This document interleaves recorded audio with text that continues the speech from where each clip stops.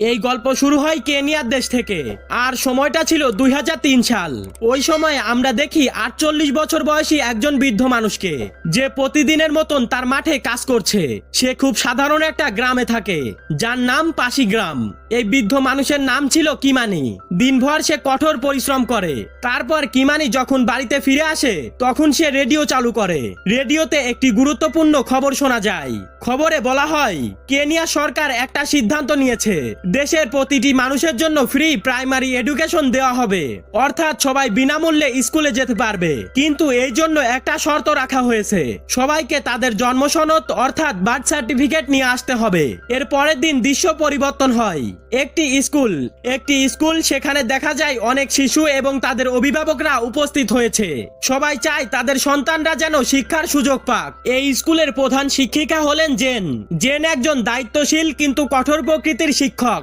জেনের কাছে তার একজন সহকারী শিক্ষক এসে বলে, আপনার সাথে কেউ দেখা করতে চায়। জেন বাইরে আসে, আর সেখানে সে দেখে একটি বৃদ্ধ মানুষ দাঁড়িয়ে আছে। এটা কিমানি জেনকে বলে, আমি স্কুলে ভর্তি হতে চাই। এই কথা শুনে জেন একদম অবাক হয়ে যায়। কিমানি তার হাতে একটি পুরনো খবরের কাগজ টুকরো করে দেয়, যেখানে লেখা ছিল, কেনিয়া সরকার, কেনিয়া সকল মানুষের জন্য শিক্ষা ফ্রি। জেন বলে, এখানে আগে থেকেই অনেক শিশু আছে, জায়গা নেই। কিন্তু কিমানি বলে, আমি রেডিওতে শুনেছি শিক্ষা সবার জন্য। এই সময় স্কুলের একজন পুরুষ শিক্ষক আসে। সে খুব কঠোরভাবে বলে, শিক্ষার প্রধান অধিকার হলো শিশুদের। আপনার সময় শেষ, আপনি এখানে থাকতে পারবেন না। সে আরো বলে, আপনার বয়স এখন পড়াশোনার নয়। পরের দিন দেখা যায় স্কুলে ক্লাস চলছে, কিন্তু কিমানি এখনো গেটের বাইরে দাঁড়িয়ে আছে। পুরুষ শিক্ষক আবারও তাকে এসে চলে যেতে বলে। সে বলে, তোমার কাছে খাতা কলম বই কিছুই নেই, ইউনিফর্মও নেই। আসলে সে খুব ভালো করেই জানে কিমানির কাছে এসব কেনার মতন টাকাও নেই, তাই সে ইচ্ছা করেই তাকে ছোট করে কথা বলে। এই সময় জেন আবারও সেখানে আসে। সে কিমানিকে জিজ্ঞাসা করে, তুমি কেন পড়তে চাও? কিমানি শান্তভাবে বলে, আমি পড়তে চাই, লিখতে চাই। জেন তাকে সাহায্য করতে চায়, কিন্তু স্কুলের নিয়ম এবং অন্য শিক্ষকদের চাপের কারণে সে কিছুই করতে পারে না। কিমানি আবারও ধীরে ধীরে লাঠিতে ভর করে বাড়িতে ফিরে আসে, কিন্তু এবার সে সিদ্ধান্ত নেয় সে যেভাবেই হোক পড়বে। তার কিছু মুরগি ছিল, সেগুলো সে বিক্রি করে কিছু টাকা জোগাড় করে। সেই টাকা দিয়ে সে বাজার থেকে কাপড় কেনে, নিজেই সেলাই করে নিজের জন্য স্কুলের ইউনিফর্ম বানায়। তার পুরনো জুতা পরিষ্কার করে আবার ব্যবহারের যোগ্য করে তোলে। তারপর সে আবারও স্কুলের দিকে যায়, নতুন আশা নিয়ে।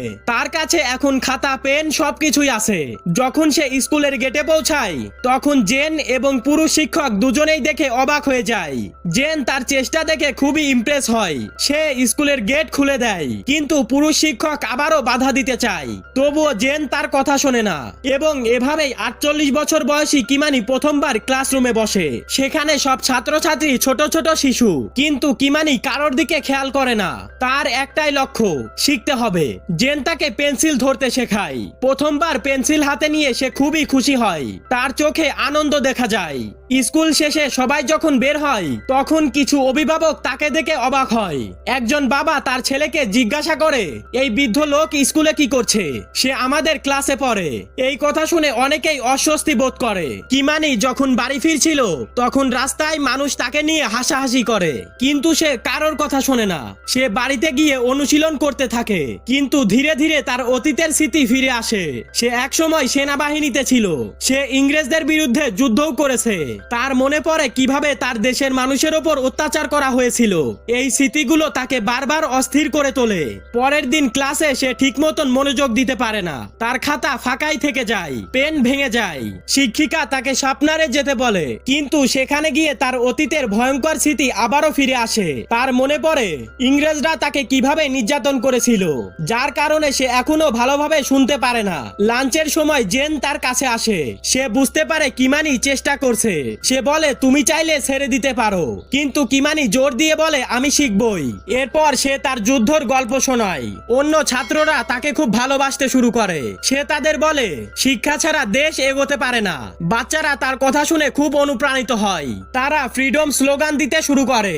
এতে জেন কিছুটা চিন্তিত হয়, কারণ সে চায় না স্কুল শুধু পড়াশোনার জায়গা হোক। একদিন তাদের স্কুলে একটা রিপোর্টার আসে। সে কিমানির ছবি তোলে এবং নিউজ প্রকাশ করে। পুরো দেশে তার খবর ছড়িয়ে পড়ে যে 48 বছর বয়সী একজন মানুষ স্কুলে পড়ছে।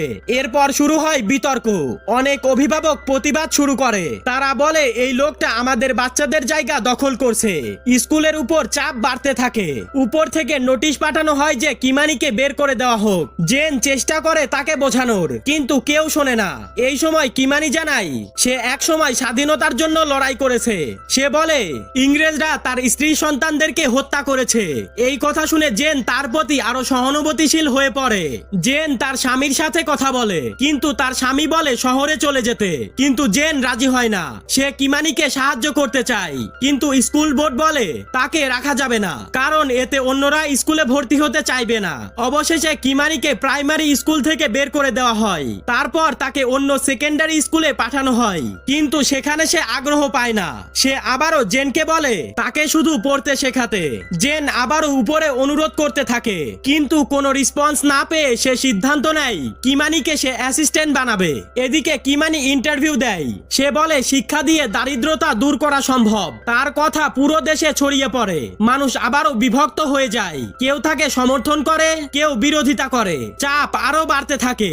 জেনকে ট্রান্সফার অর্ডার দেওয়া হয়। সে ভেঙে পড়ে। সে কিমানিকে ছাড়তে চায় না। একদিন কিমানি নিজের শরীরের পুরো ক্ষতর দাগ দেখিয়ে বোর্ডের কাছে যায়। সে বলে শিক্ষা সবার অধিকার। তার কথা শুনে সবাই চুপ হয়ে যায়। শেষে জেন আবারও স্কুলে ফিরে আসে। কিমানি আবারও পড়ার সুযোগ পায়। একদিন একটি চিঠি আসে। সেখানে তাকে ধন্যবাদ জানানো হয়। সে আবেগে ভেঙে পড়ে।